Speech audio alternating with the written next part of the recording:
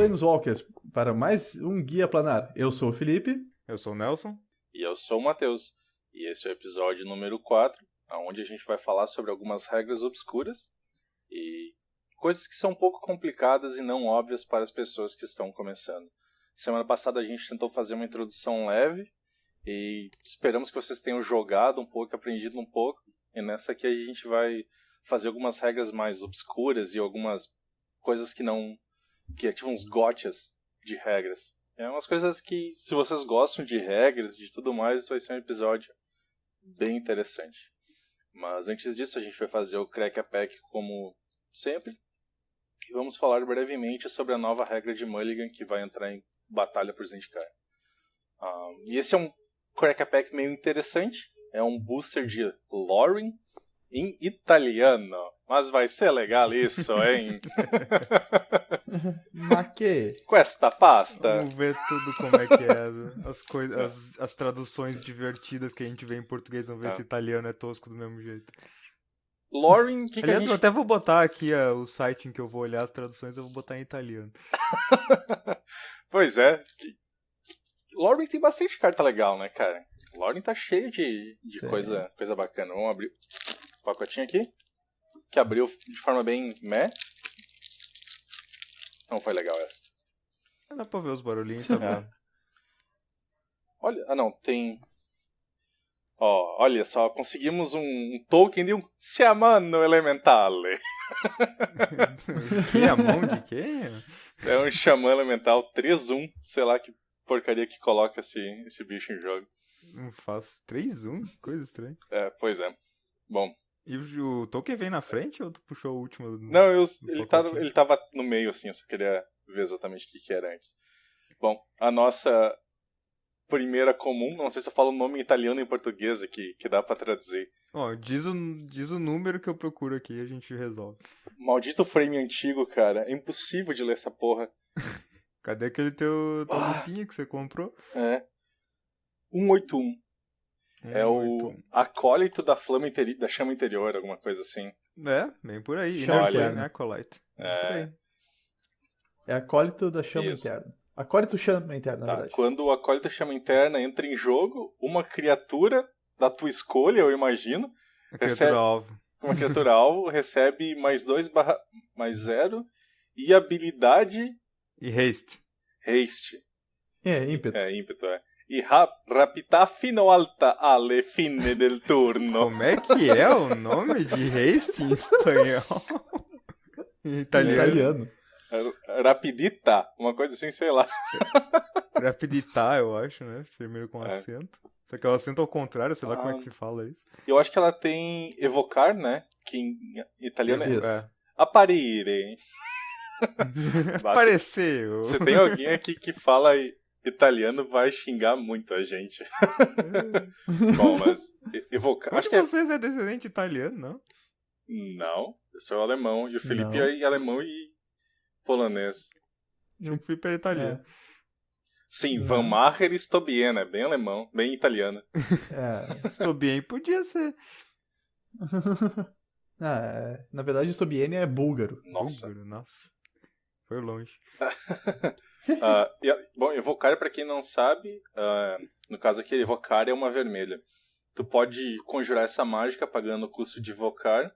Se tu fizer isso, tu tem que sacrificar a criatura assim que ela entra em jogo. Então, mas por que tu faria isso? Porque normalmente as cartas que tem evocar, elas têm uma habilidade que ativa quando elas entram em jogo. Que nem no caso desse cara, tu poderia pagar uma vermelha e dar +2/+0 pra uma criatura e ímpeto pra ela. Ou se tu quisesse... no caso, tu transformaria a tua criatura num feitiço. Isso. É bom, cara? Pagando o custo de Esse bicho ia ficar muito bom no meu Pauper de Goblins. Olha aí. Já tem Ele só não é Goblin, né? Ele é um Xamã Elemental. Sim, mas ele entra em jogo, então ativa o encantamento lá que dá 1 de dano e ainda dá +2/+0 ímpeto. Por 1 de mana. Olha. Só não é Goblin. Mas deve ter várias cartas que fazem isso. Esse aí não deve ser tão único assim, né? Bom, a próxima carta eu vou ter que ler em italiano porque eu comecei a rir só de ler. Ela é um fumo pepato. É um instantâneo tribale. Um spiritello. Diz o número aí que ninguém nunca vai entender tu com esse sotaque italiano. Alemão, português falando italiano, vai. 134. 134. É uma instantânea que diz que uma criatura da tua uma criatura alvo recebe -1/-1 até o final do turno, e se tu controla uma fada, compra uma carta. Isso. Fumaça apimentada. Fumaça apimentada. É isso aí. Essa carta saiu em Modern Masters, se eu não me engano, no primeiro. Saiu. Aham. E a arte fodástica da Rebecca Gay, como sempre. Bom, vamos para a próxima. Número 77. Essa eu não faço a mínima ideia 77. de como... Canalha Papirobatana. Nossa. É porque o nome é Paper Thin Rascal. Então, é barbatana de papel. Eu não sei porque eles botaram papirobatana. Porque papiro. Papel sim, mas batana. De barbatana? Mas desse barbatana de papel. Melhor do que papirobatana pra tentar fazer uma gracinha. Bom, vamos ver se meu italiano não falha. Eu só não sei como é que é o nome de Clash em português. Bom, lê aí, Nelson. Confrontar. Bom, quando confrontar. Quando o canalha papirobatana, acho que entra em jogo, escolhe um adversário. Como é que... Confronte o adversário. Com o adversário. Isso. Se vencer, coloque o marcador +1/+1 sobre ele. Ele é 2 e um azul por uma criatura 2/2. Muito ruim. Confronte... Confronte nunca foi uma mecânica que pegou, né? Os dois tem... Deixa eu ver se eu lembro de como é que funciona a mecânica. Os dois revelam a carta do topo. Quem tem o maior CMC vence. E aí tu pode escolher se a carta fica em cima ou embaixo? Isso. É um Scry 1 com... É um Scry 1 e revela, e daí compara o CMC, maior ganho. O Hearthstone meio que roubou essa mecânica agora, né? Roubou não, copiou, se baseou nela pra fazer uma mecânica da nova coleção que saiu agora. Hearthstone é exatamente igual ao Magic, a única diferença é que não tem instantâneos. Bom. Mas é exatamente igual ao Magic. Que, aliás, isso aí foi uma coisa que eu já discuti uma vez com um cara. Teve um cara que tava fazendo um jogo lá no Kickstarter, um jogo de zumbis, que eu achei muito legal, um joguinho de cartas, bem parecido com o Magic, só que ele decidiu que não ia ter instantâneos no jogo dele, e que ele ia ter traps em vez disso, estilo Yu-Gi-Oh! Só que daí ele disse, não, as traps ativam automático, tu não pode decidir quando. Eu digo, sim, tu tá tirando toda a interação e decisão do cara, por que tu tá fazendo isso? Não, eu quero deixar o jogo mais fácil. Mas eu acho que ele estragou o jogo fazendo isso instantâneas. Eu acho que é a melhor coisa que Magic tem acima dos outros card games, justamente porque é uma interação constante, não é meu turno, seu turno, meu turno, seu turno e fica nisso. Eu discordo pensando em gameplay, porque tipo, tu pega o Hearthstone como exemplo, né? É um jogo que não existe de papel, só online. E o que deixa o MTGO um saco é o fato de tu ter interações com instantâneos. Bom. Então, no papel é muito bom, mas no digital não, mas o jogo do cara ruim. de zumbi que eu mencionei era de papel. Daí é besteira. Tá. Ele queria fazer um Hearthstone de papel e Hearthstone não funciona de papel, assim como, na minha opinião, Magic não funciona de forma muito boa digital. Magic eu acho que funciona no formato digital se tu não quiser que o jogo jogue por ti, né? Se for assim, tá aqui as cartas, você sabe jogar, te virem. Sim. Bom. Aí funciona. A próxima carta é o número 231. Eu acho que é Elite de Nat.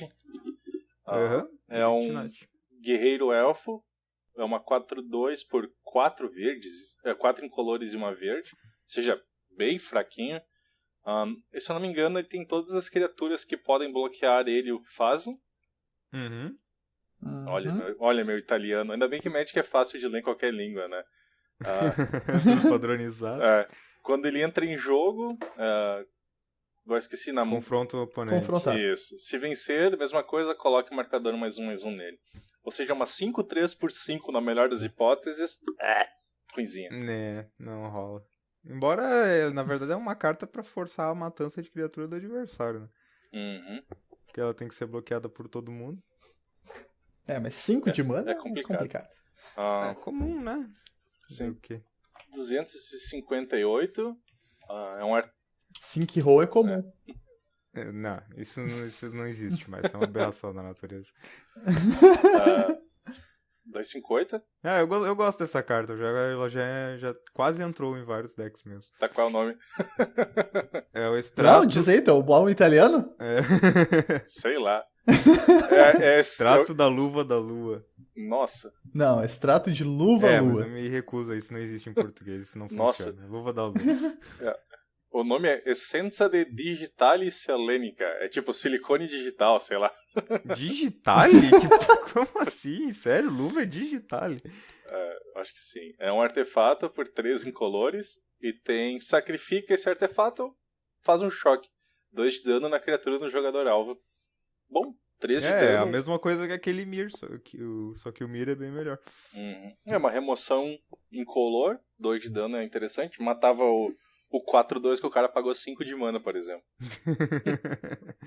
Só se eu tivesse perdido no... E é uma remoção Incolor. que o cara pode botar no verde. Exatamente. Sim.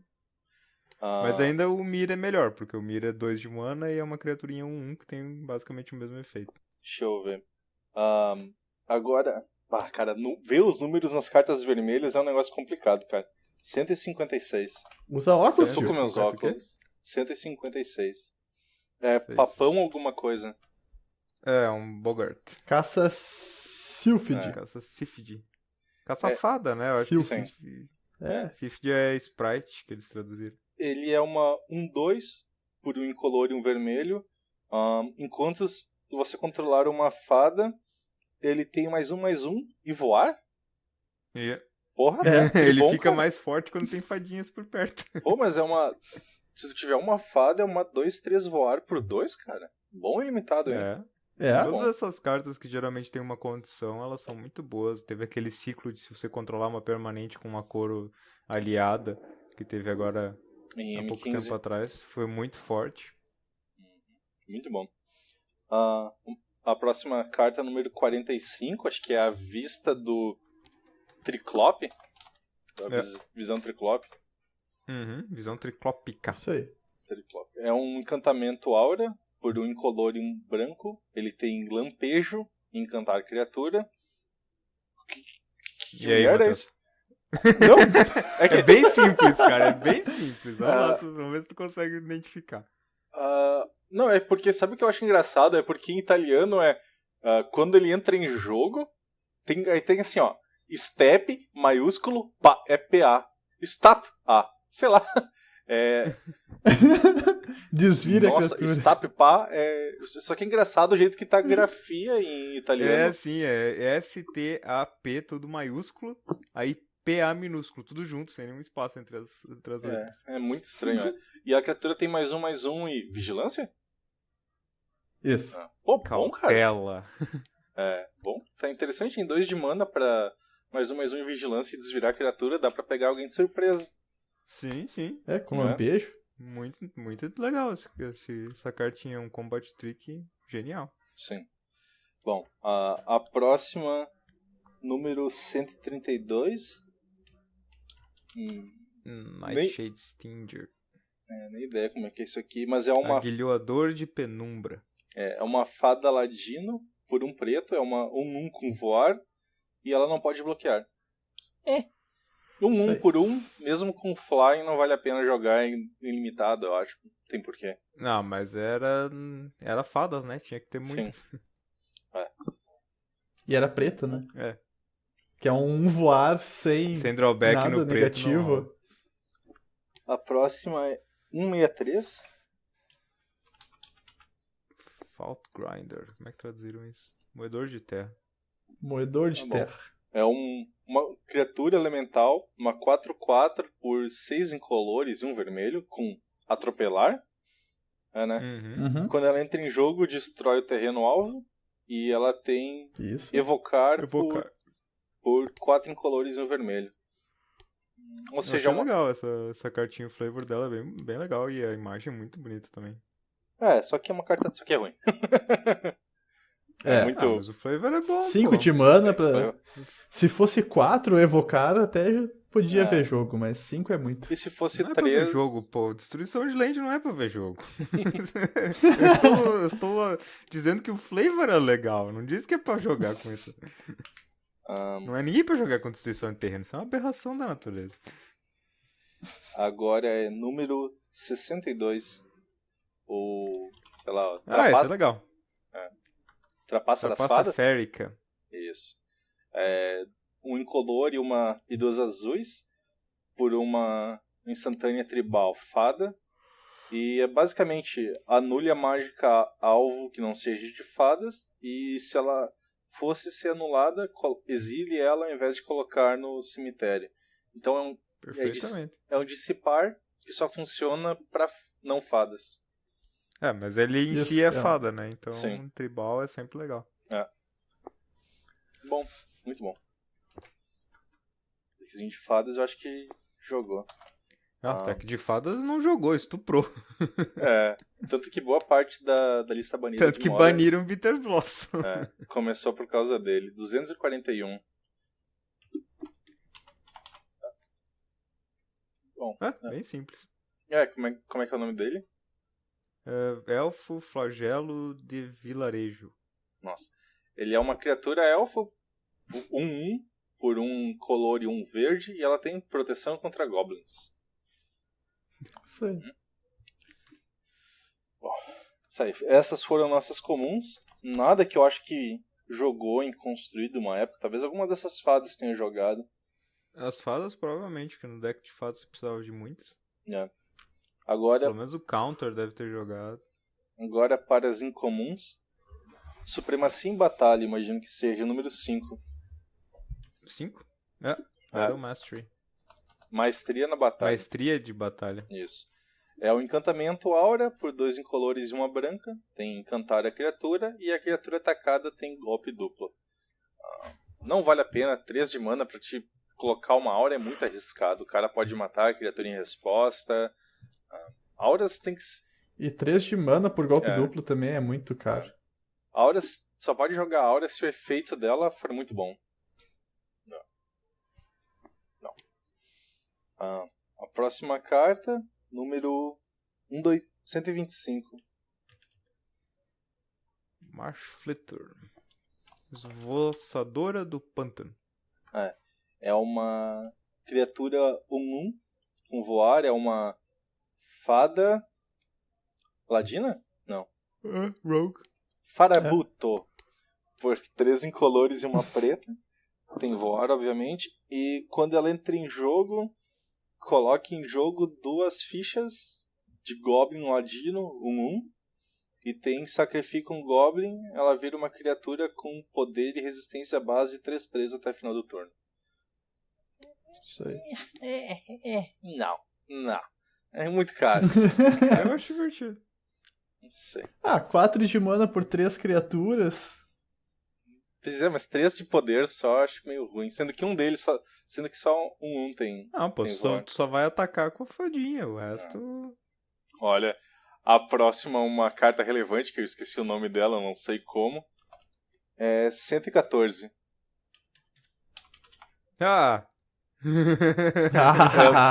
Lançamento Isso gosmento. aí. É um Nome feitiço. em inglês melhor não ser pronunciado. Em italiano é Sparazzibo. Nossa, devo ter feito alguém agora gemer na cadeira. Onde é que tá sentado? Melhor você parar de tentar, Matheus. Melhor. 3 incolores e 1 preta, né? Por um feitiço tribal Goblin. Como custo adicional, sacrifique um Goblin. E uma criatura, alvo, recebe -5/-5 até o final do turno.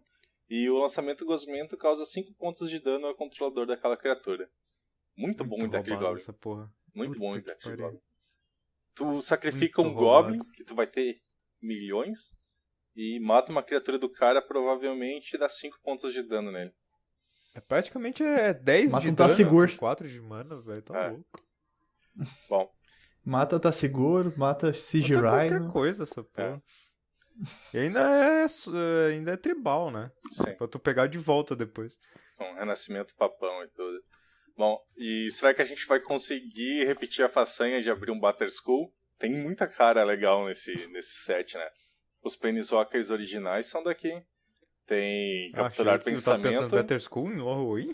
Não, mas tem Capturar Pensamento, tem os comandos, são daqui também. Tem mais alguma coisa? Mas vamos abrir a nossa...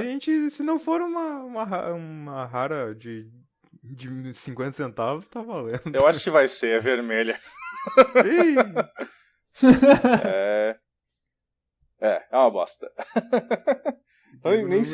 Eu nunca vi essa carta na minha vida. 175. Hitchheimer.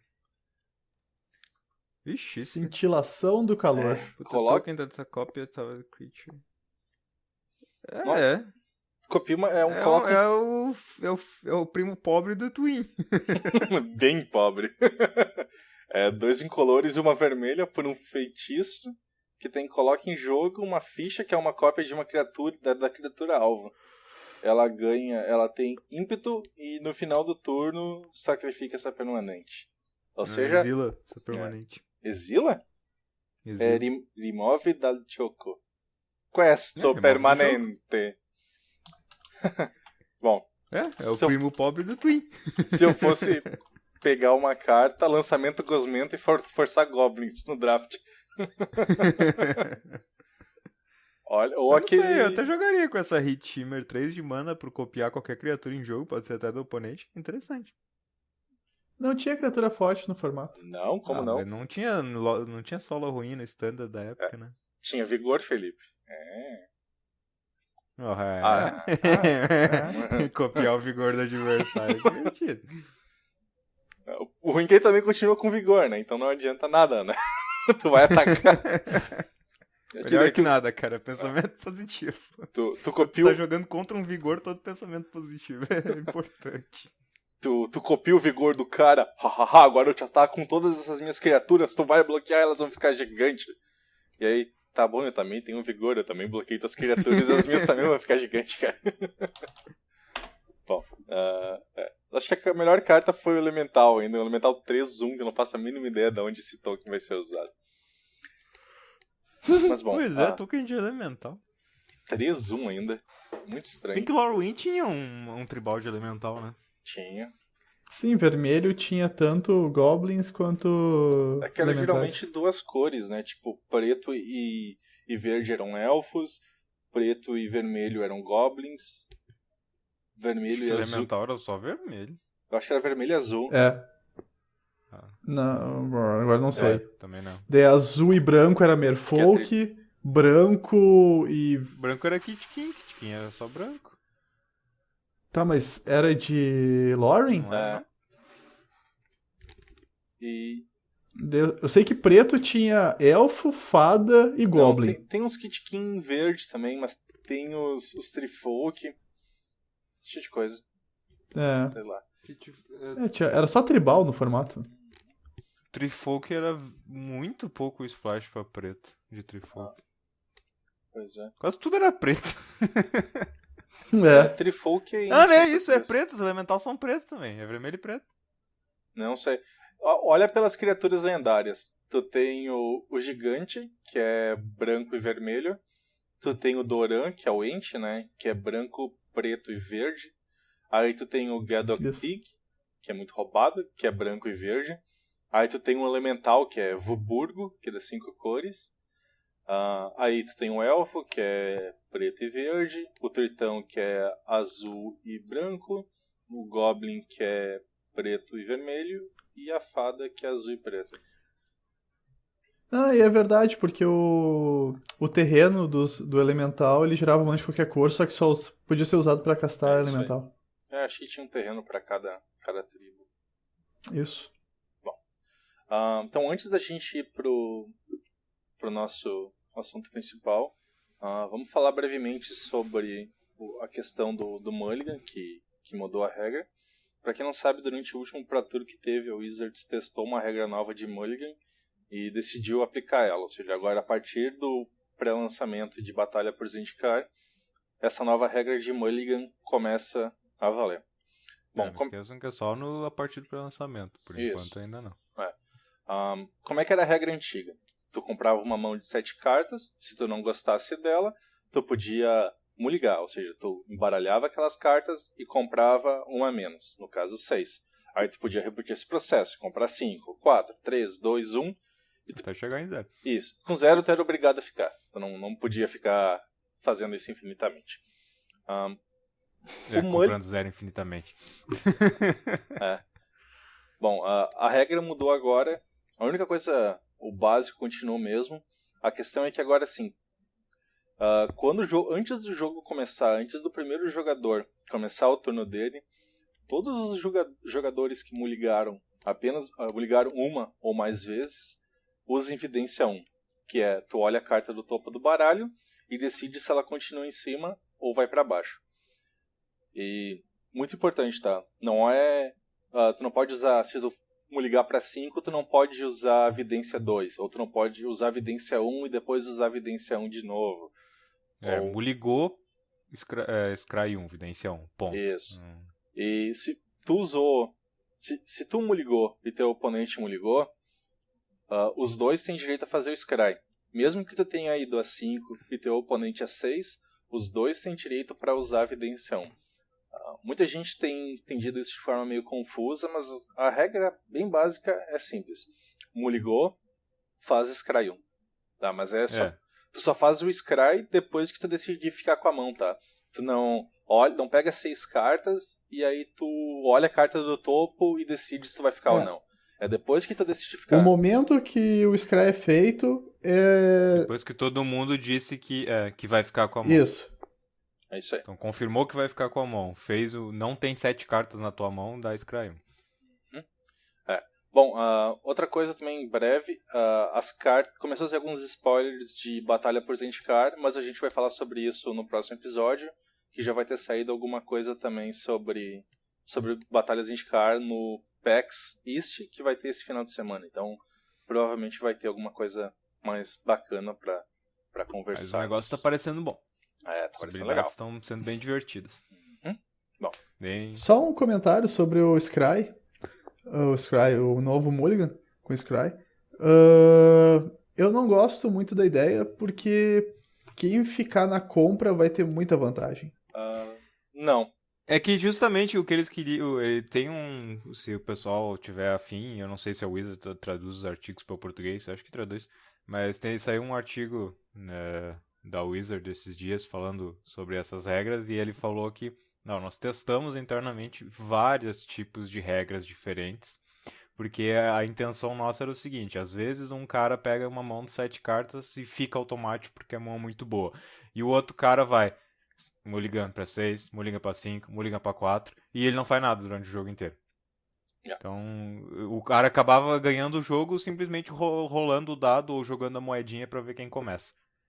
E a sorte fudia totalmente com o oponente, ele não tinha nada como fazer. Então a ideia deles era diminuir esses jogos completamente desbalanceados só por causa da mão inicial. Então, eles testaram várias variações. Por exemplo, eles testaram uma variação que tu teria mulligans de graça. Testaram uma variação que tu só poderia mulligar uma vez, mas tu mulligava para 7 cartas. Várias variações.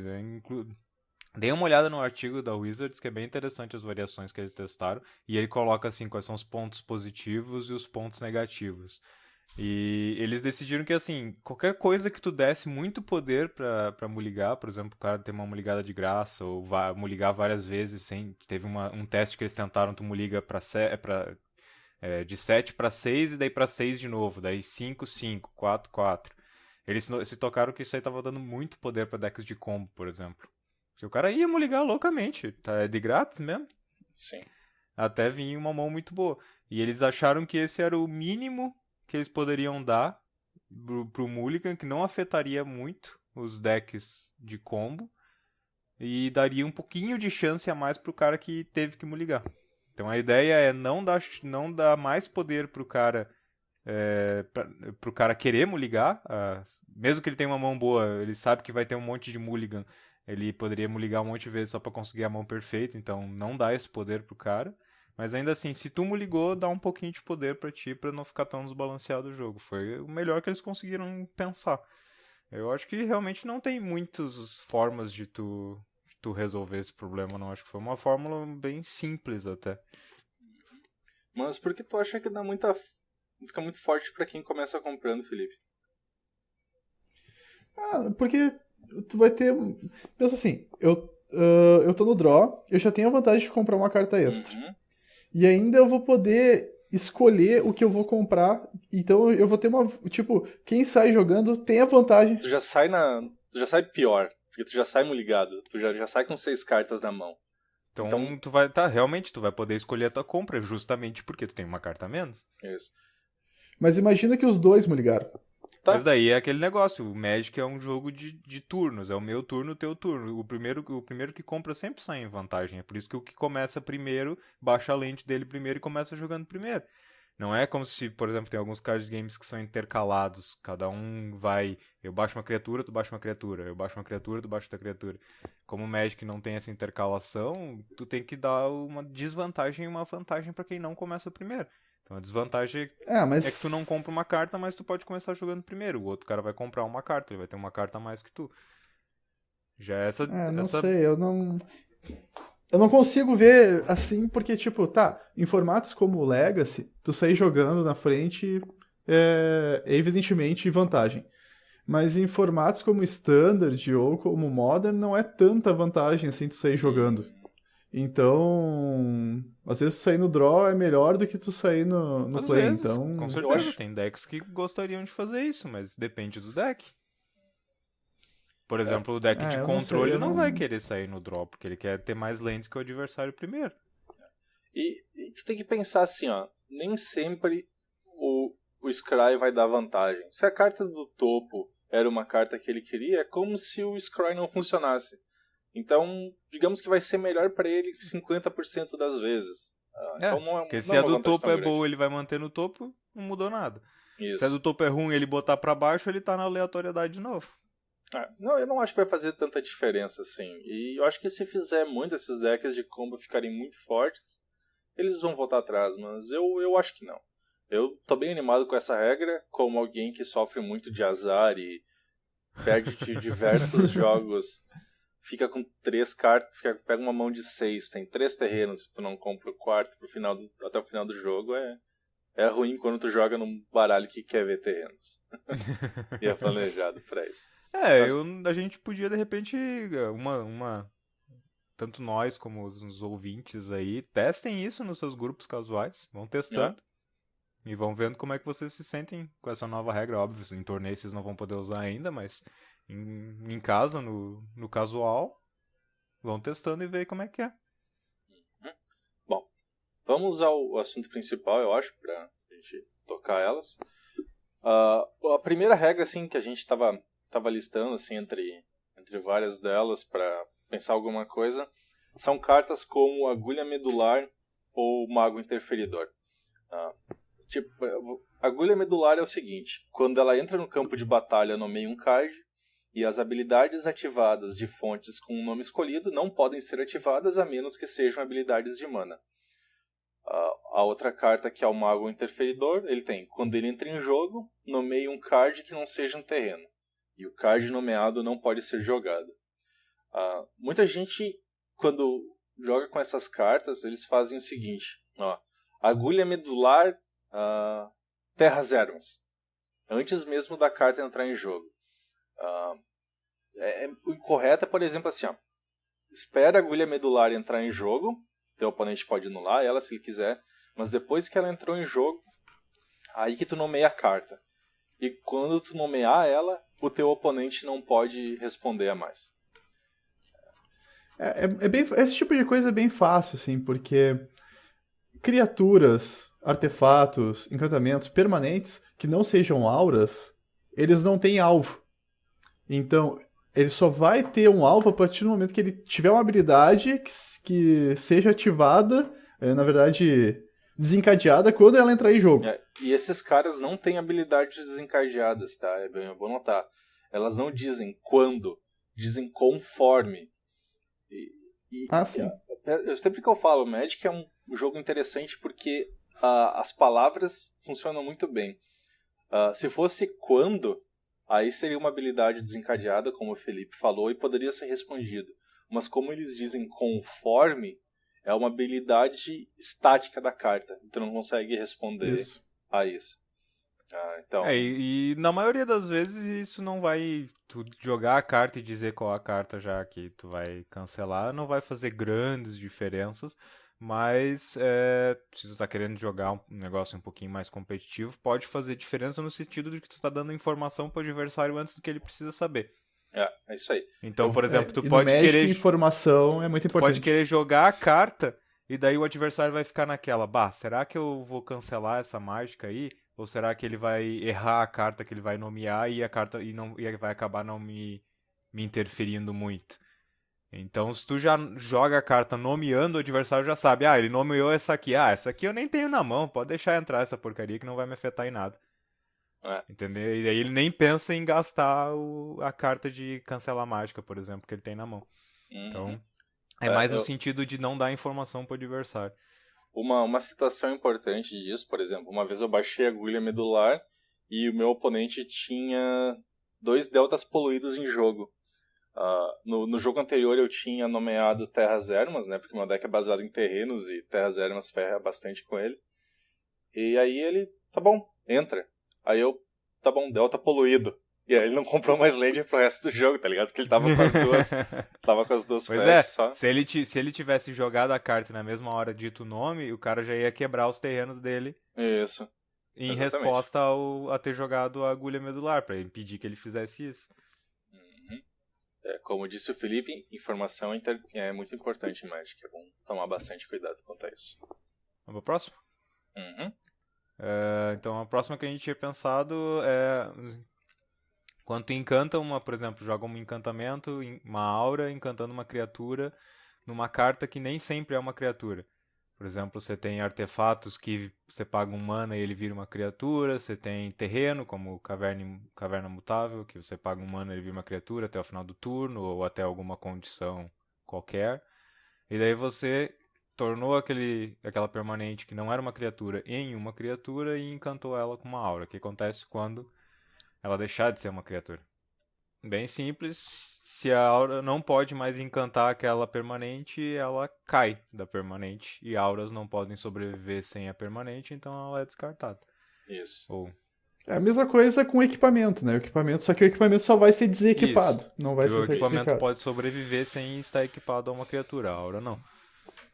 Auras, principalmente, são bem interessantes que, se por algum motivo o que ela está encantando deixar de ser um alvo válido, por exemplo, tu tem uma criatura equipada com uma aura branca, que a gente falou ali, o Maestria em Batalha, e posteriormente aquela criatura ganhar proteção contra o branco, aquela aura cai também. Auras são meio complicadas nesse ponto que a qualquer momento, se o que ela está encantando deixar de ser um alvo legal, ela deixa de existir. Isso vocês podem ver, inclusive, há pouco tempo atrás, se eu não me engano, saiu uma aura que dizia assim, uma aura branca, dizendo que a criatura encantada tem proteção contra a cor da sua escolha. Não, contra todas as cores. Contra todas as cores, ou tem uma que eu acho que é contra a cor da sua escolha. Independente. Tem proteção contra todas as cores. Ela tem proteção contra a própria aura. Então a própria aura tem que ter uma cláusula dizendo: esta proteção não exclui ou destrói, eu não sei o que é a aura. Ela não faz com que as auras que já permaneçam, que já estão na criatura, caiam. Então a própria carta tem que dizer: olha, eu especificamente não saio daqui. E a aura, ela é a exceção da regra de cima, né? Tipo, a anterior a gente falou que permanentes não dão alvo, a aura é a exceção. A aura precisa de um alvo para ser jogada. Interessante, tá? A aura só dá um alvo quando estão na pilha. Se tu reanimar uma aura, por exemplo, ela não dá alvo. Reanimar, no caso, pegar do cemitério e colocar direto em jogo. Isso. Aí tu não vai precisar dar alvo. Mas o que quer dizer não precisar dar alvo? Quer dizer que tu não vai poder colocar ela numa criatura? Não. Tu pode colocar ela numa criatura qualquer, a sua escolha, normalmente, como se você estivesse castando. O negócio é que ela não vai ter a palavra target. Isso. Ou a palavra alvo, especificamente. O que acontece quando as coisas não têm a palavra alvo ou a palavra target? Acontece que, por exemplo, habilidades que digam essa permanente não pode ser alvo, não tem efeito, porque essa permanente nunca foi alvo. Isso. Tu pode colocar um pacifismo no Enraku. Exatamente. Felipe? Qual é a próxima? Bom, a próxima que a gente escolheu foi Replacement Effects. Como é que isso é em português? Nem ideia, Efeitos cara. de substituição, eu acho. Isso. Substituição. Isso aí. Que a gente pegou aqui como exemplo Dread, que substitui a compra, né? Então, efeitos de substituição não entram na pilha e, como diz o nome, ele substitui o efeito original. No caso do Dread, ao invés de comprar uma carta, tu pega cartas do topo do teu baralho e coloca no cemitério. Como esse efeito não entra na pilha, ele não pode ser respondido, assim como o ato de comprar. Exatamente. Então, e obviamente, como o efeito foi substituído, se tu tiver uma carta que diga quando o oponente compra uma carta, o oponente nunca comprou uma carta. Então, esse efeito não vai ser válido. O importante é legal que tu sempre vê que tem uma palavra-chave, então, como o Matheus estava dizendo, no Magic é muito bonitamente escrito, assim, que as coisas são fáceis de você entender. Tem sempre uma palavra-chave. Então, pro efeito de substituição ao invés, ou em vez disso. Então, sempre que você vê em vez disso, você sabe que aquele é um efeito de substituição. Que não da mesma pode forma, ser quando respondido. você vê target, você sabe que é alguma coisa. Alvo, você sabe que a carta tem que ter algum alvo válido. Quando você vê quando entra no campo de batalha, quer dizer que é uma habilidade ativada quando entra no campo de batalha. Então, sempre procura pelas palavras-chave para entender as cartas. Tem aqui um outro exemplo, um exemplo de uma carta que a gente separou, que é bem interessante, que é a Anafenza, que é a principal, que ela tem a seguinte regra. Se um card de criatura for ser colocado no cemitério de um oponente vindo de qualquer lugar, em vez disso, exílio. Então, essa criatura, ela não pode, por exemplo... tu não pode usar... Como é que é Surgical Extraction em português? Extração cirúrgica, acho que deve ser. Extração cirúrgica. Tu não pode usar a extração cirúrgica nessa carta porque ela nunca chega a entrar no cemitério. Ela é exilada antes de entrar no cemitério. Então, por exemplo, qualquer carta que diga quando uma criatura morre, não vai ser não vai funcionar, porque nenhuma criatura morreu. Morrer especificamente é ir para o cemitério. Ela não entrou no cemitério, ela foi exilada antes. Do campo de batalha. Isso, ir para o cemitério vindo do campo de batalha. Então, a Anafenza evita que ela entre no cemitério, então essa carta que espera que uma criatura morra não vai funcionar. E a Anafenza é interessante porque ela tem a segunda habilidade, que daí é uma habilidade ativada que tu consegue ver bem a diferença, né? Toda vez que a Anafenza atacar, coloca um marcador +1/+1 em outra criatura. Então tu já vê a diferença entre como é que é escrita uma habilidade ativada e como é que é escrita uma habilidade de substituição. Isso. Uma coisa também que que é interessante é se usar a Fúria dos Deuses, né? Que é aquela carta que dá 3 de danos em todas as criaturas. E ela tem essa cláusula, né? Se uma criatura que tomou dano dessa carta fosse morrer nesse turno, ao invés disso, exilia. Também isso é muito interessante porque, por exemplo, com efeitos como Undying e Persiste, que a criatura não chega a trigar, porque ela não chega a entrar no cemitério para conseguir voltar com o marcador +1/+1 ou -1/-1. A carta é simplesmente exilada e é removida. Bom, vamos para a próxima. Custo adicional. Para falar sobre custo adicional, nós vamos falar sobre 2 cartas. Eu uso as duas, coincidentemente, em decks diferentes. A primeira é uma carta Legacy, chamada Rotação de Culturas. Ela diz o seguinte: como custo adicional para conjurar a rotação de culturas, sacrifique um terreno. Procure no seu Grimório por um card de terreno e coloque aquele card no campo de batalha. Então, embaralhe o seu Grimório. A outra carta é Meta Paisagem, que ela diz o seguinte: sacrifique um número qualquer de terrenos, procure em seu Grimório por aquela quantidade de cards de terrenos, coloque em seu jogo virado e embaralhe seu Grimório. Meta Paisagem é Escape Shift, para quem conhece a carta pelo nome em inglês. Rotação de culturas tem uma frase muito importante que diz: como custo adicional. Qual é a principal diferença entre essas cartas? Se o cara anular a mágica, na rotação de culturas tu já sacrificou o terreno. Tu já pagou o custo da mágica que foi sacrificar o terreno. Já no Meta Paisagem, isso só se resolve durante a resolução. Então, depois que tu sacrificar os terrenos, depois que teu oponente vai dizer, tá, a Meta Paisagem vai resolver. Tu vai sacrificar os terrenos e vai colocar eles em jogo, e até tu fizer isso, teu oponente não pode responder de forma alguma. Teu oponente... Assim como ele também não pode responder o sacrifício no custo adicional. Exatamente. Por exemplo, digamos que tu tem uma carta que diga que quando ela morre, ela dá 3 de dano no oponente, e tu tem uma instantânea que, como custo adicional, tu tem que sacrificar uma criatura. E teu oponente tem Path to Exile na mão. E tu vai lá, tá, eu vou conjurar essa mágica e tô sacrificando essa criatura. Que no caso vai morrer e vai dar 3 pontos de dano no teu oponente.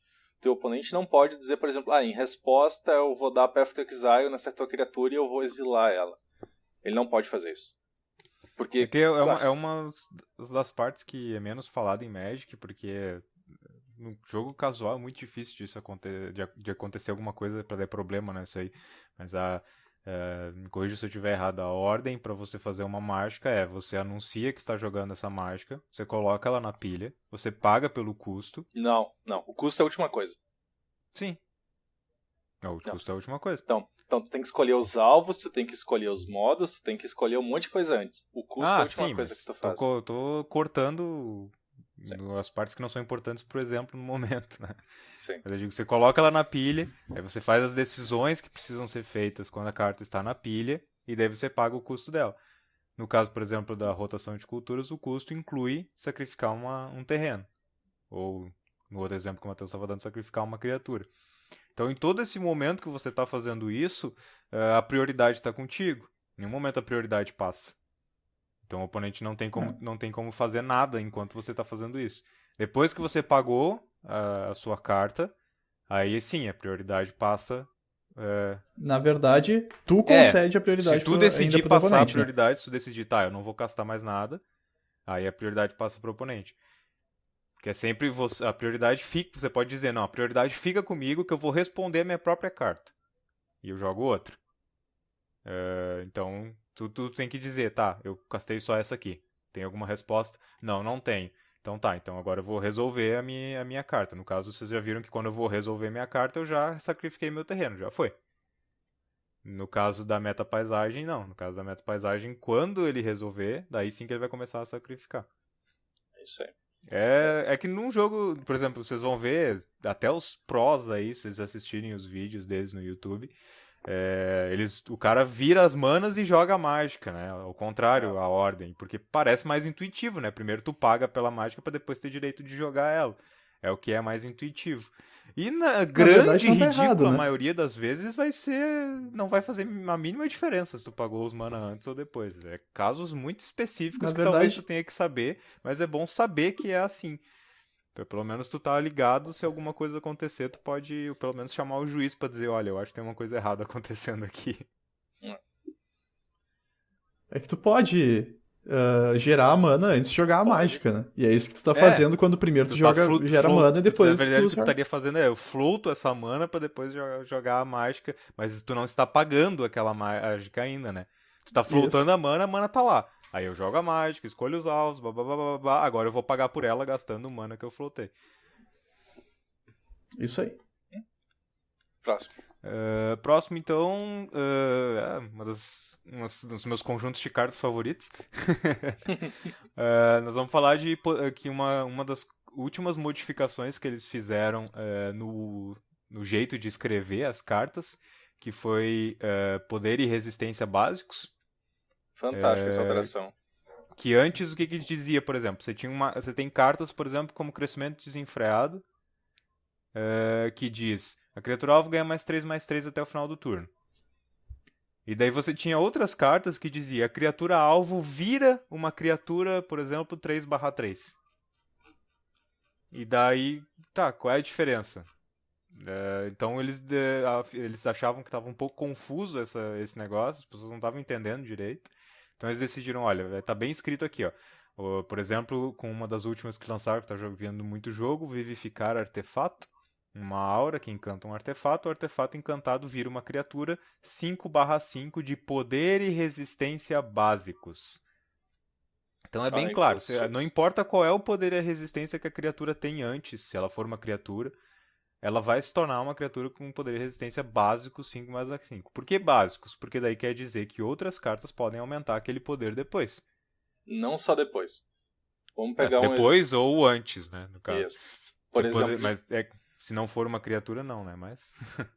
digamos que tu tem um ornitóptero, tá? Que é uma criatura 0/2 com voar, e tu conjura crescimento desenfreado nele. Ele virou uma criatura 3/5. E se tu encantar ele com vivificar artefato, ele não vira uma 5/5.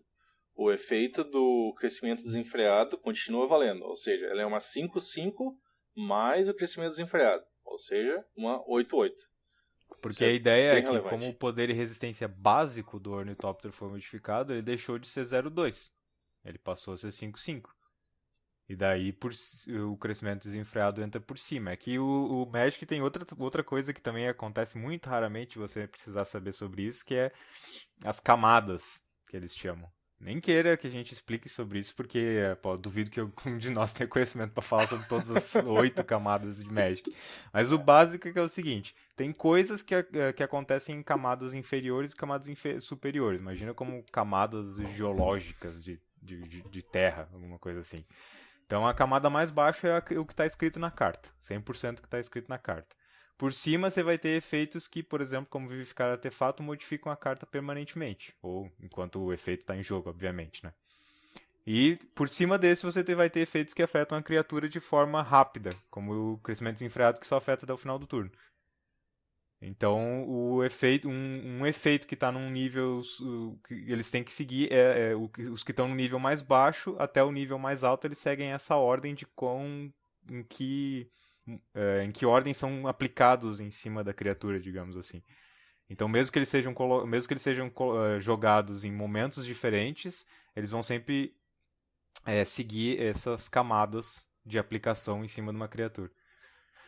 É bem interessante o jeito que isso funciona, porque o Nelson estava falando ali das camadas, tem essas diversas camadas, eu acho que só juiz a partir do nível 2 ou 3 precisa saber das camadas, então... São 8 e elas têm subcamadas ainda. É absurdo.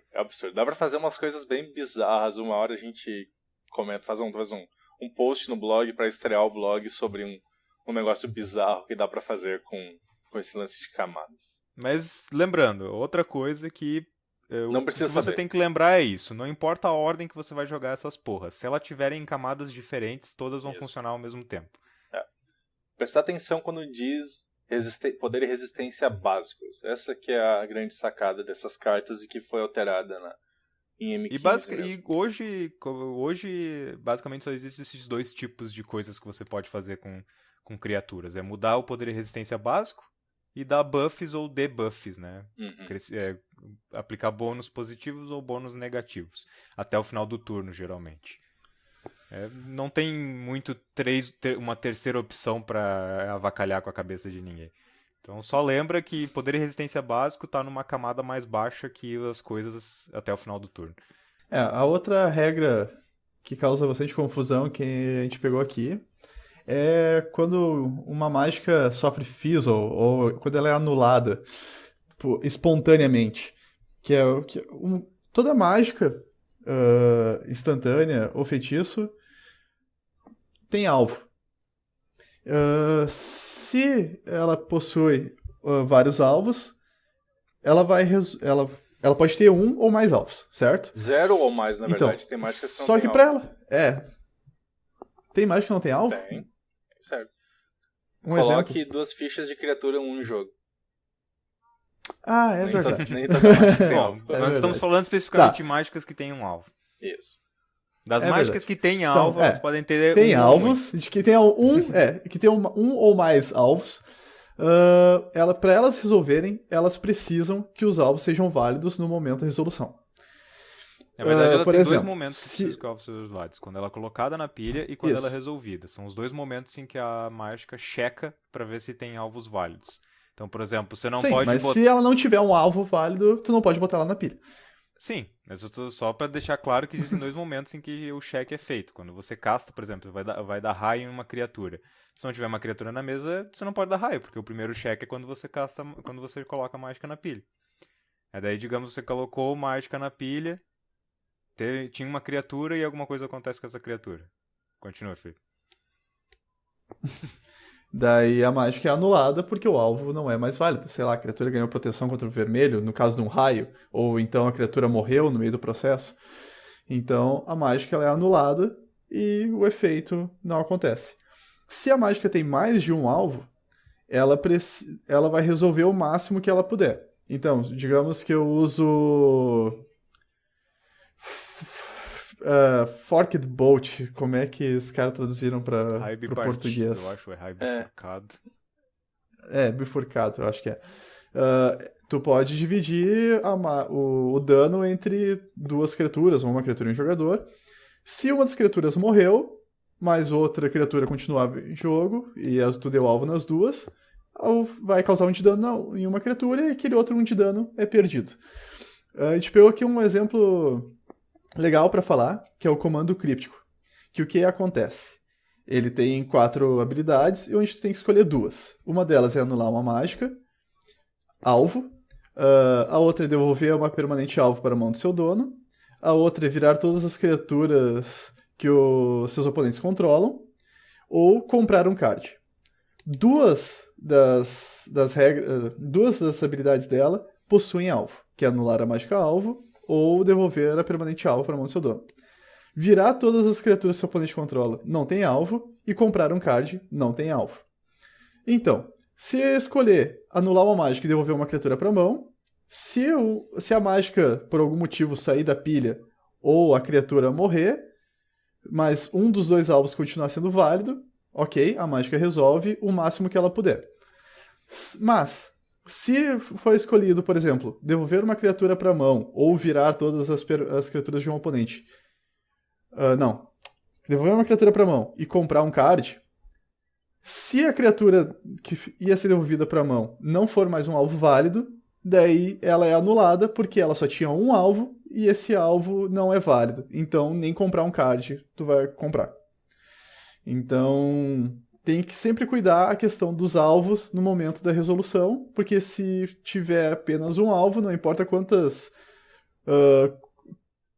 efeitos essa mágica vai resolver depois, se o único alvo dela não for válido, ela vai ser anulada. Mas se ela for resolver N efeitos com N alvos, daí se pelo menos um alvo for válido, ela vai resolver o máximo possível.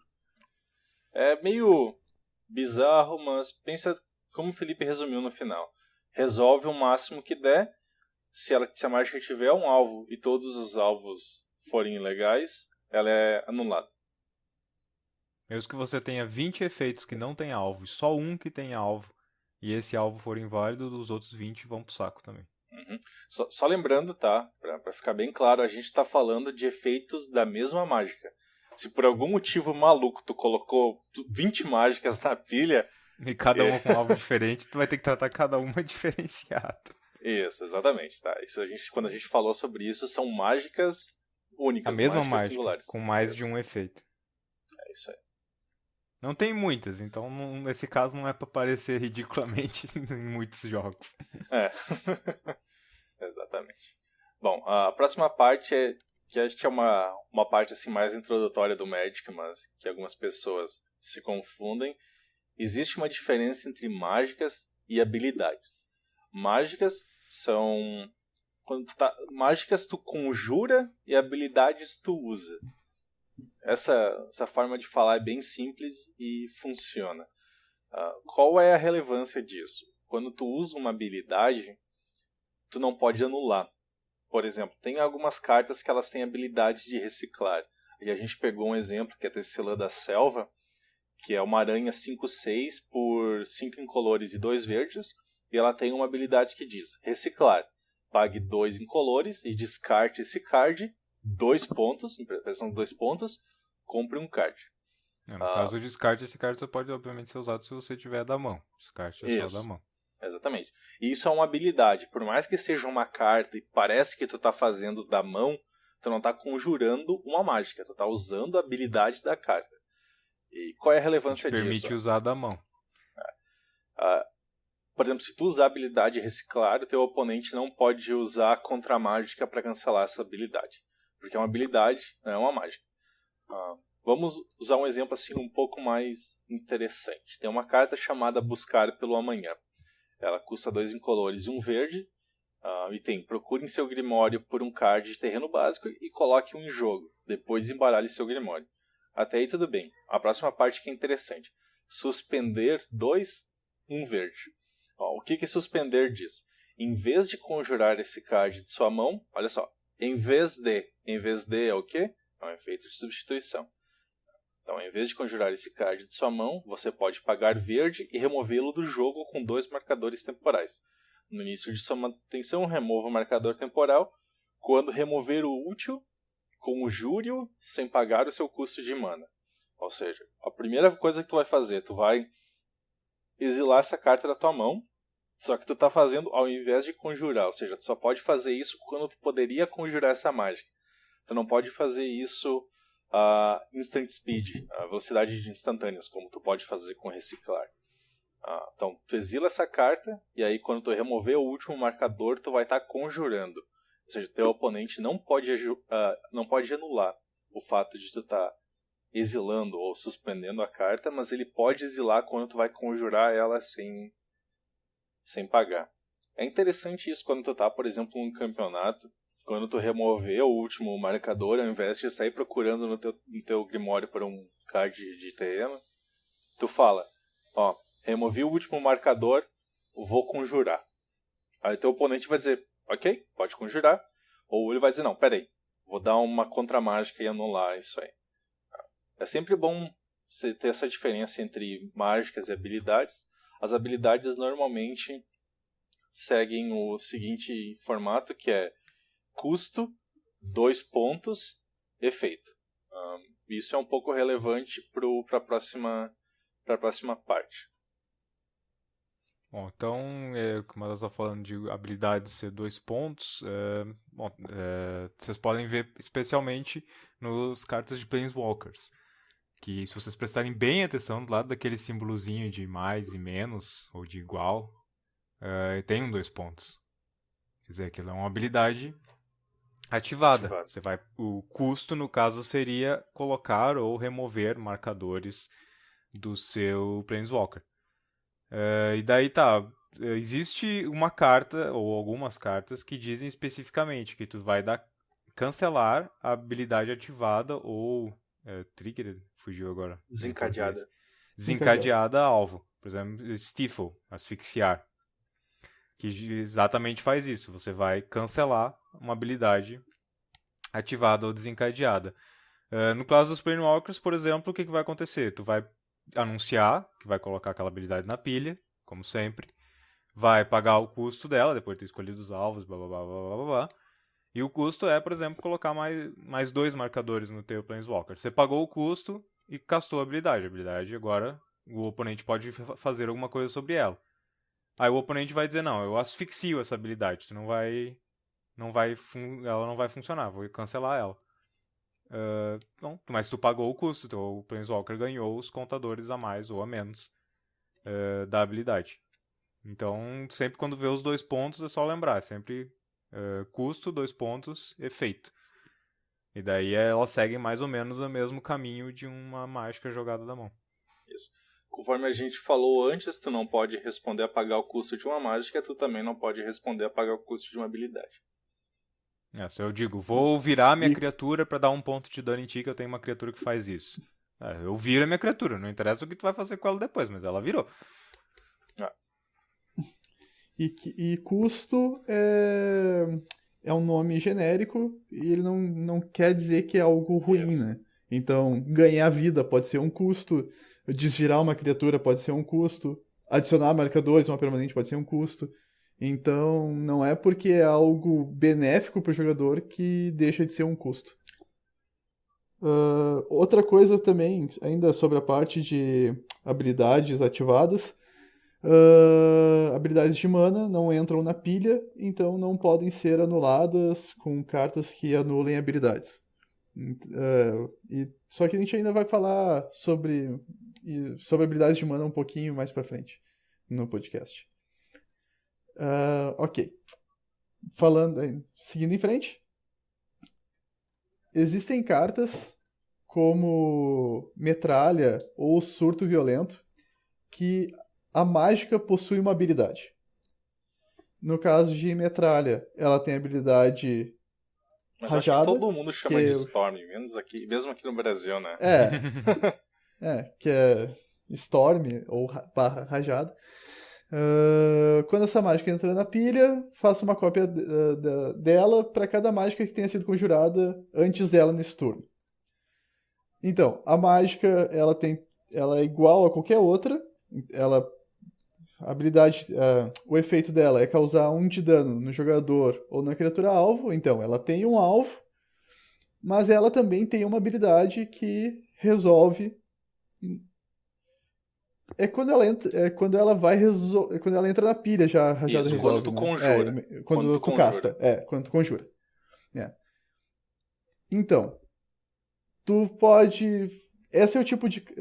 Essa carta é problemática porque ela não. Se entra na pilha no momento do conjurar, então quando ela for conjurada já vai ter N cópias dela na pilha. Então anular uma das cópias não resolve em nada. Porém, cartas como Asfixiar podem ser usadas para anular a habilidade dela, porque a habilidade dela vai entrar na pilha no momento que ela é conjurada. Então, eu revelo a carta, escolho os alvos, pago o custo, ela entrou na pilha, daí a habilidade dela também vai entrar na pilha. E daí essa habilidade pode ser anulada. Então, quando essa habilidade é anulada por uma carta que anula uma habilidade desencadeada, então ela não vai ser copiada. E a mesma coisa acontece com cascata, que é quando o jogador joga mágica, ele revela cartas do topo até revelar uma carta de custo menor que a mágica jogada e conjura ela. Da mesma forma, quando essa mágica entrar na pilha, a habilidade dela também vai entrar e essa habilidade pode ser anulada por uma carta como Asfixiar. Outro tipo, ainda como a gente falou, tem um monte de tipo de habilidades, né? Nós já falamos sobre habilidades desencadeadas, de substituição, habilidades ativadas.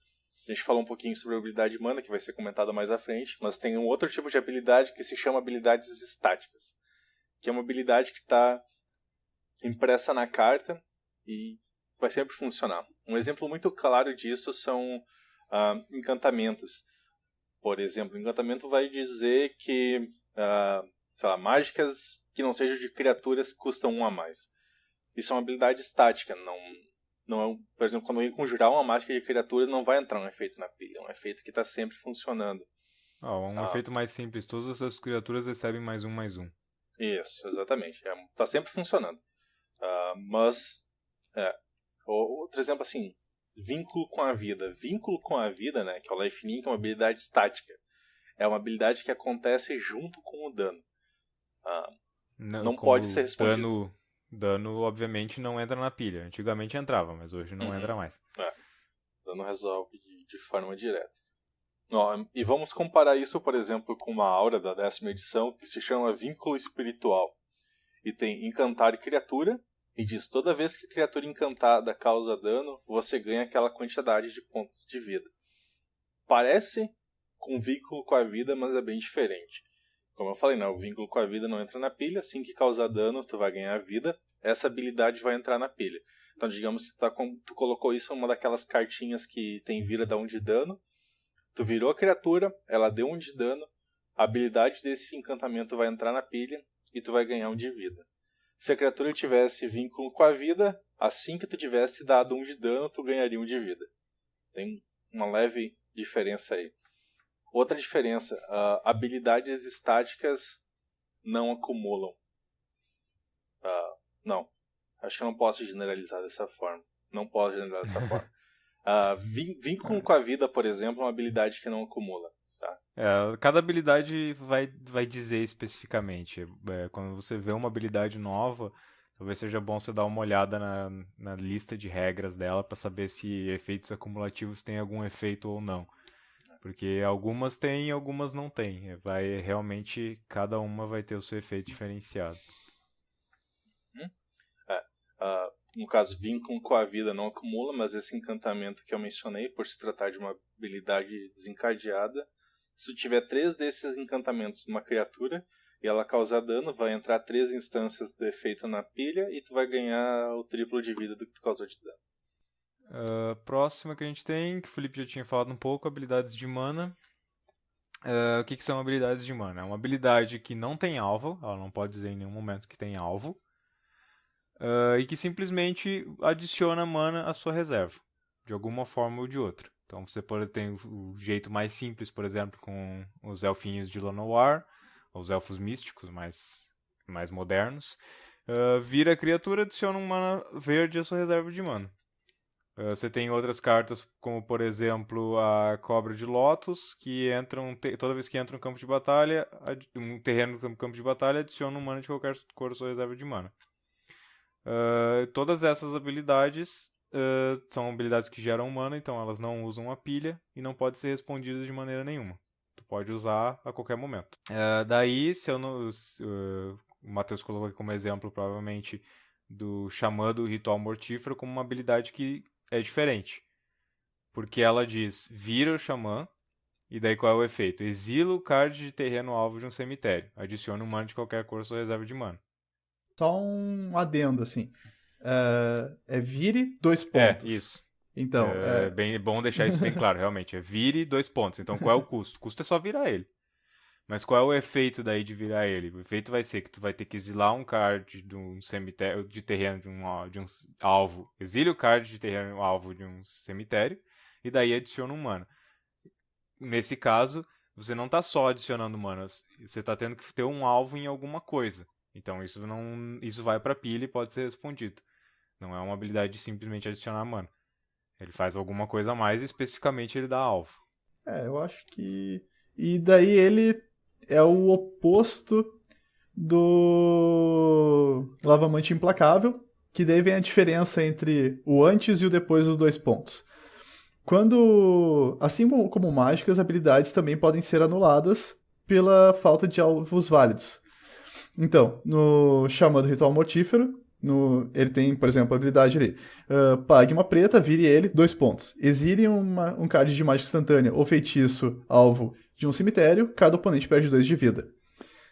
Como o ato de exilar uma instantânea ou um feitiço num cemitério vem depois dos 2 pontos, quer dizer que esse ato de exilar vai para pilha, o alvo, a carta alvo vai para pilha, a habilidade vai para pilha dando alvo naquela carta. Então, se de alguma forma um jogador remover aquela carta do cemitério, a habilidade vai ser anulada. Em contrapartida, nós temos o Lavamante Implacável, que ele tem a descrição da habilidade dele um pouquinho diferente, que é, pague uma vermelha, vire ele, exile 2 cartas de cemitério do seu cemitério, exile 2 cartas do seu cemitério, 2 pontos. Lavamante Implacável causa 2 de dano na criatura jogador alvo. Então, como faz parte do custo exilar 2 cartas, o ato de exilar uma carta do cemitério não pode ser respondido. Então aqui é a diferença entre o que vem antes e depois dos 2 pontos. Quando o Xamã, o Xamã do Ritual Mortífero vai usar uma habilidade, essa habilidade, o ato de exilar pode ser respondido e fazer com que a habilidade seja anulada. No caso do Lavamante Implacável, não. Por quê? Porque o ato de exilar faz parte do custo, então essa habilidade não pode ser respondida no momento de exilar as cartas. Outra coisa que o pessoal confunde, já que falou sobre o Lavamante Implacável, por mais que a habilidade dele diga ele causa 2 pontos de dano à criatura ou jogador alvo, se tu matar ele em resposta, a habilidade ainda funciona e a criatura ou jogador alvo ainda toma 2 pontos de dano. Isso foi uma coisa que mudou. Antigamente a habilidade estava ligada diretamente à carta. Se a carta deixasse de existir, a habilidade na pilha deixava de existir também. Mas agora não é mais assim. Agora a habilidade e a carta são coisas separadas. Isso. Basicamente o jogo... Pensa que o jogo é como se fosse um ser inteligente. Daí na hora de ver a habilidade, o jogo vai procurar pelo último estado conhecido da carta. Esse é o termo técnico para isso que a gente acabou de falar. Mas, assim, de forma semelhante ao que o Felipe comentou sobre o Lava Mancha Implacável, a gente também tem a questão do esquadrinhar, ou delve, que é a nossa próxima regra.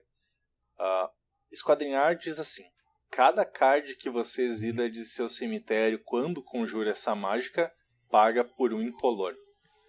Ou seja, quando tu diz assim, ó, vou conjurar, tu colocou, tu começou tu tá na tua fase principal 1 e tu coloca Cruzeiro do Tesouro, que é Treasure Cruise na pilha. Daí tu precisa pagar pelo custo. Né? Então tu vai olhar pro teu cemitério e tu vai exilar 7 cartas e vai pagar um mana azul. Quando tu dizer, por exemplo, que tu vai conjurar o Cruzeiro do Tesouro, o teu oponente não pode, por exemplo, usar uma carta que vai exilar todo o teu cemitério para te não poder usar o Delve ou esquadrinhar. Como o Delve resolve enquanto tu conjura a mágica, ninguém pode responder, ninguém pode resolver nada enquanto as mágicas são conjuradas. Mais ou menos como o jogo funciona. Porque é aquele que a gente já tinha falado antes.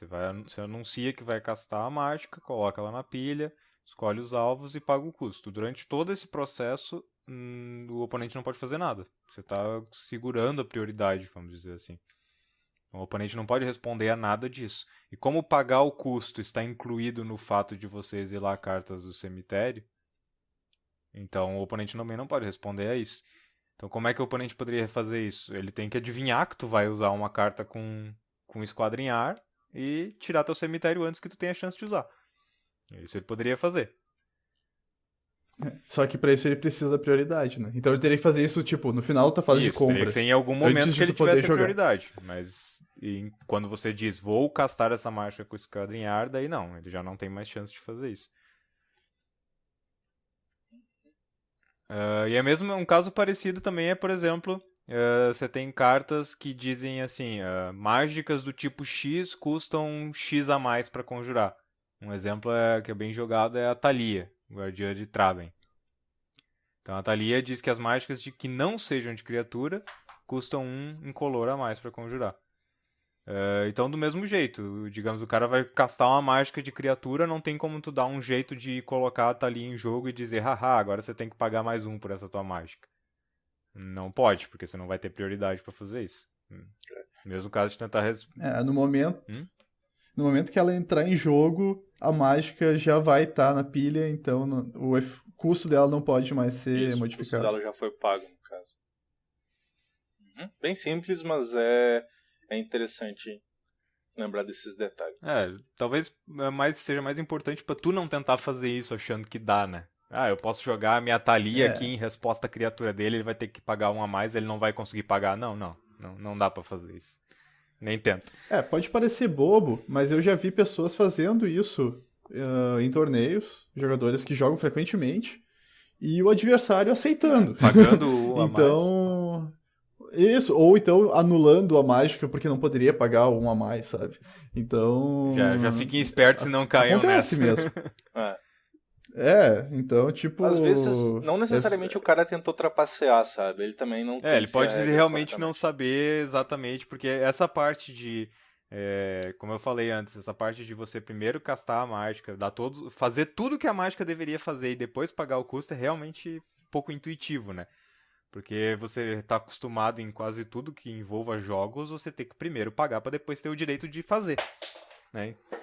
Não faz sentido você dizer, eu vou dar raio naquela criatura sem nem saber se eu posso pagar pelo raio antes. Mas no Magic é assim. Eles decidiram, provavelmente depois de muitas confusões, que esse era o modo mais fácil de resolver as confusões. Bom, e a próxima regra é uma regra, assim, bastante engraçada. Demora até tu entender ela. E é um dos negócios que tu vê, exatamente como a gente estava falando lá, do ato de conjurar uma mágica, né? Ela é baseada meio naquela piada, né, que falam assim, que o raio não mata criaturas, ações baseadas em estado matam, né? É um trocadilho com aquele ditado que armas não matam pessoas, pessoas não matam pessoas, né? Mas a questão é o seguinte, pense numa situação não tão hipotética, se estiver jogando Legacy, que tem um Tarmogoyf na mesa, ou o famoso Goyf. O Tarmogoyf é uma carta bastante forte, bastante poderosa e inacreditavelmente cara, que ela tem o seguinte texto. O poder do Tarmogoyf é igual ao número de tipos de card entre as cartas em todos os cemitérios e a sua resistência é igual a esse número mais 1. Ou seja, ele é uma criatura que é estrela / 1 mais estrela. É uma carta que se fosse sair hoje não sairia. Eu acho que mesmo em Mítica o design dela é meio estranho. Mas bom, então... E ela só tende a ficar mais forte caso eles coloquem mais tipos de carta, né? Como fizeram, por exemplo, com Tribal, Planeswalker. Então, vamos pensar no seguinte caso, tá? Tem um terreno e um feitiço no cemitério. Isso faz com que o Goyf seja uma 2/3. Aí o teu oponente pensando, bom, eu vou matar esse cara antes que ele fique muito grande. Ele vai dar um raio no Tarmogoyf. Raio é aquela carta icônica que dá 3 de dano na criatura do jogador alvo. O Tarmogoyf não vai morrer. É bem bizarro. Muita gente chama o juiz para esclarecer isso. Mas o que acontece é o seguinte. Quando uma criatura tem marcadores de dano igual à resistência dela, existe uma ação baseada em estado que diz que essa criatura vai morrer. Ou seja, vai ser do jogo e vai para o cemitério. E as ações baseadas em estado só são checadas quando o jogador fosse receber prioridade. Ou seja, depois que alguém conjurou uma mágica, o outro jogador aquele mesmo jogador, na verdade, receberia a prioridade e seria feito um teste de ações baseadas em estado. Nesse caso em específico, o que vai acontecer é o seguinte: o raio vai para o cemitério como parte da resolução da mágica. Então, antes do jogo ter oportunidade de testar por ações baseadas em estado, o raio já vai estar no cemitério, e o Goyf vai ser uma 3/4, porque ele agora tem mais um tipo de carta no cemitério, e ele vai ser uma 3/4 com 3 marcadores de dano, ou seja, ele não vai morrer. É bizarro isso. E é muito pega-ratão, assim, é muita gente que vai crente nessa. Então é importante, sempre que estiver jogando algum formato como Modern, Legacy, acho que Tarmogoyf não deve jogar outros formatos além desses dois.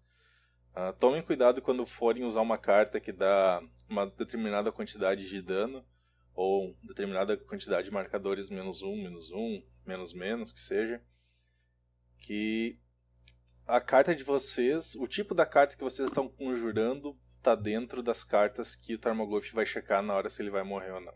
Mas não precisa ser só também o Goyf, né? O Goyf é um exemplo, mas sei lá, cartas que... Eu não sei se chega a ter carta que a resistência seja igual ao número de mágicas no teu cemitério, mas eu sei que tem cartas que o ataque é assim. Tem. Então, se tem 4 mágicas no cemitério e tu vai dar 4 de dano, a tua mágica vai entrar no cemitério e a criatura vai ficar com 5 de defesa, então, de resistência. Então, qualquer coisa que conte com o cemitério nesse aspecto pode te ferrar.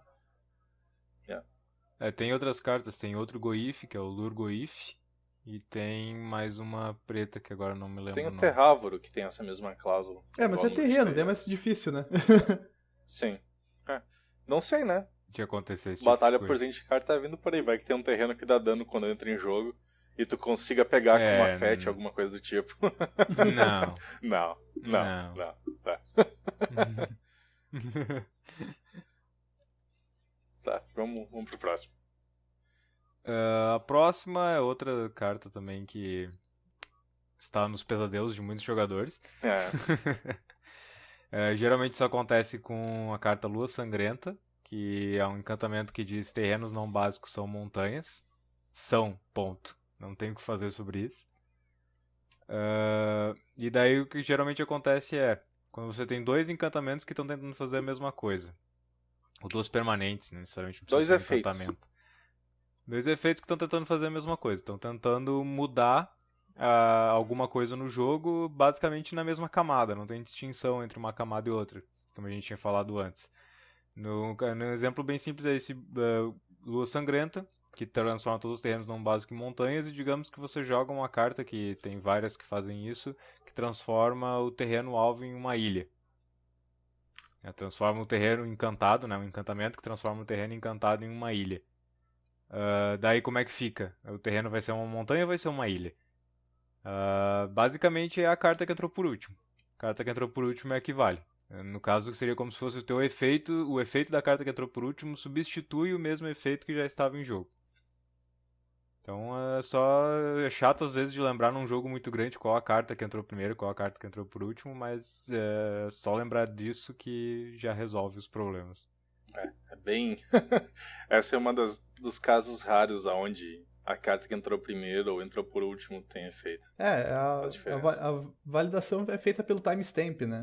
Daí, tipo, a carta entra em jogo, ela ganha ali uma etiquetinha dizendo quando que ela entrou em jogo. Daí a que entrou por último vai estar sobrepondo as outras.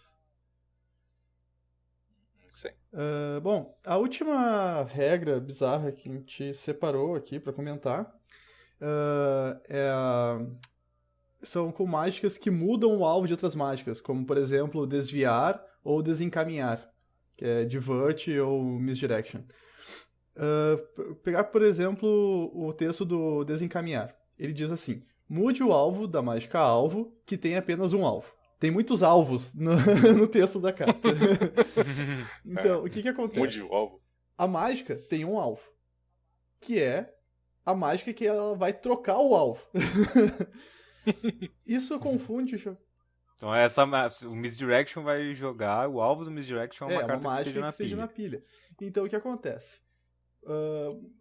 Como tem tanto alvo no texto, a pessoa acha que não, eu tenho que escolher qual é a mágica que eu vou trocar o alvo, e eu já tenho que escolher o novo alvo no momento que eu jogo a mágica, que eu tô conjurando ela. Mas isso não é verdade. Ela só tem um alvo, que é a mágica que tá na pilha. Que tu quer trocar o alvo dela para outro alvo. Então, o novo alvo daquela mágica só vai ser escolhido no momento da resolução. Então é aquele mesmo aspecto da informação que a gente tinha comentado. Em qual foi mesmo? Nos encantamentos lá que... Tipo, ou nas permanentes lá, tipo, agulha medular ou coisa assim. Isso, foi o primeiro que a gente falou.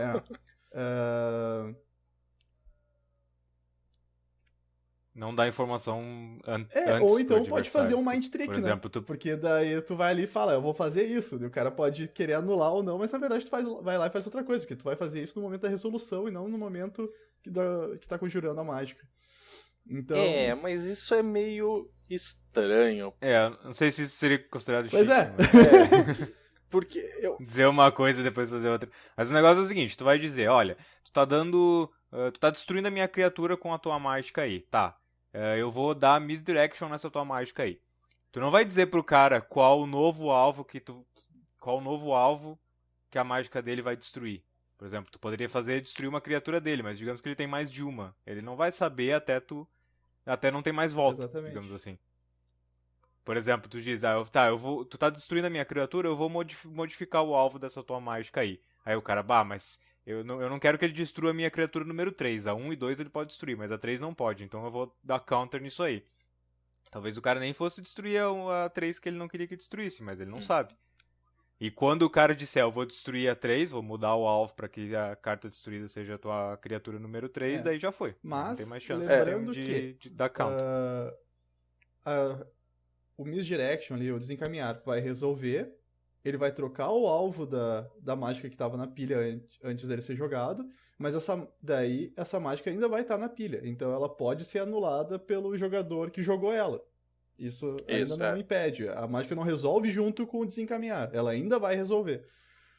E daí aqui só mais uma regrinha que é legal aqui dentro. Por exemplo, criaturas com hexproof. O que é hexproof em português? Proteção contra magia. Que tosco. Sem graça, né? Não é bonito, mas então, é isso. Criaturas com proteção contra magia / hexproof só podem ser alvo de mágicas que não podem ser alvo de mágica controladas pelo seu oponente. Digamos que eu tenho uma criatura qualquer ali, uma criatura vanilla 1/1, e o meu oponente tem uma criatura que tem hexproof. Ele dá um raio na minha criatura. Eu posso usar o Misdirection para dar como alvo daquele raio, usar como alvo do raio aquela criatura com hexproof.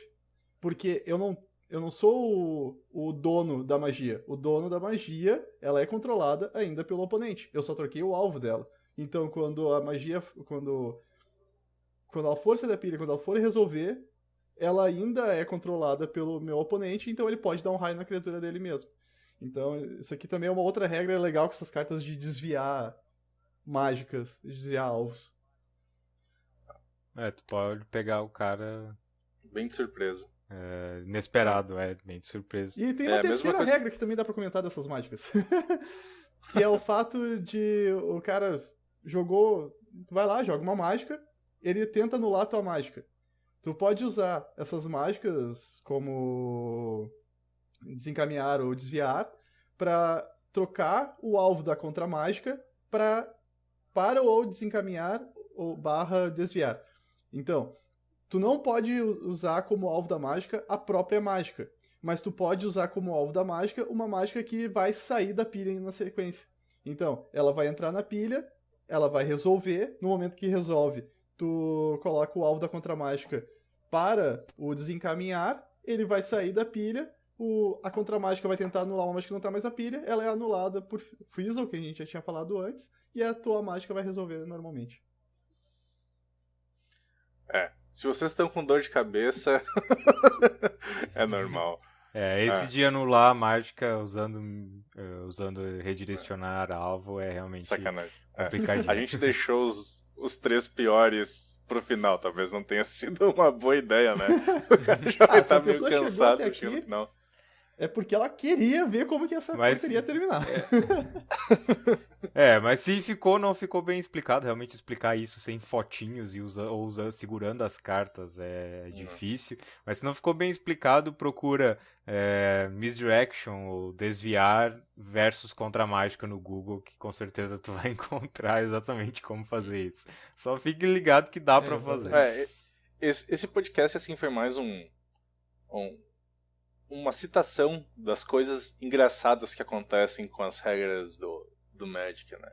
Mas isso só mostra o quão robustas são as regras mesmo, né? Porque mesmo tu fazendo coisas completamente bizarras, ainda são suportadas pelas regras do jogo, né? Nada que acontece em Magic é aleatório, né? Pra tudo que tu faz, existe uma regra e essa regra é completamente literal e é sempre resolvida da mesma forma. As regras estendidas e completas foram muito bem escritas. Isso eu vi, por exemplo, assim, a gente tinha comentado do Hearthstone, né?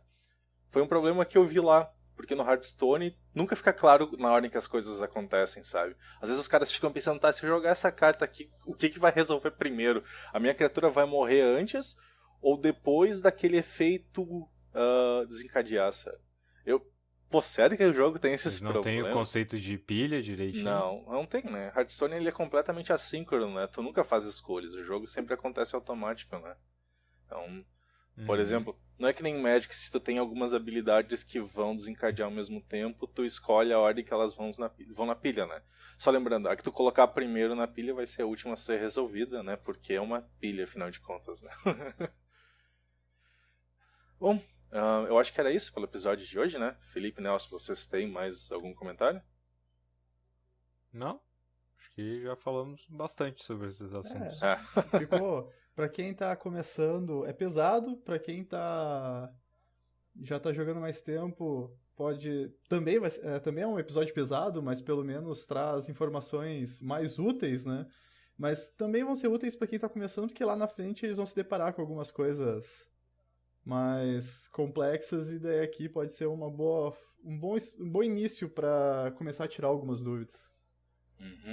E bem importante, se vocês encontrarem algo que vocês acharam que está incorreto, que a gente errou em alguma coisa, eu acho difícil, para ser sincero, mas é possível a gente ter errado.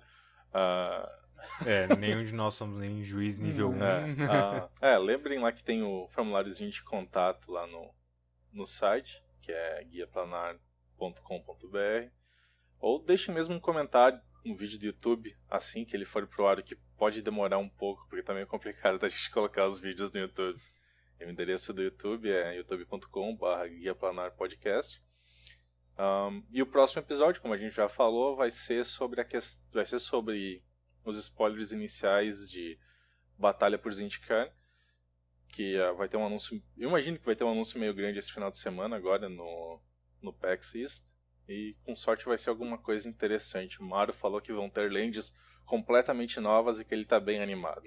Porque provavelmente vamos ver. Não, ele falou que é um design novo. Não são completamente mainlands, mas é não tem completamente inimigo. novo. Então, tudo bem, mas não é uma coisa completamente nova. Já existe o conceito de mainlands. Ouvintes, anotem isso. Serão mainlands inimigas. Tá bom. Eu espero que tu esteja certo, pra ser sincero, mas eu acho que não. Não é como se fosse uma coisa ruim, né? Mas... Então tá. A gente se fala no próximo episódio. Então, Feito. Tchau, tchau. Até mais. Até a próxima.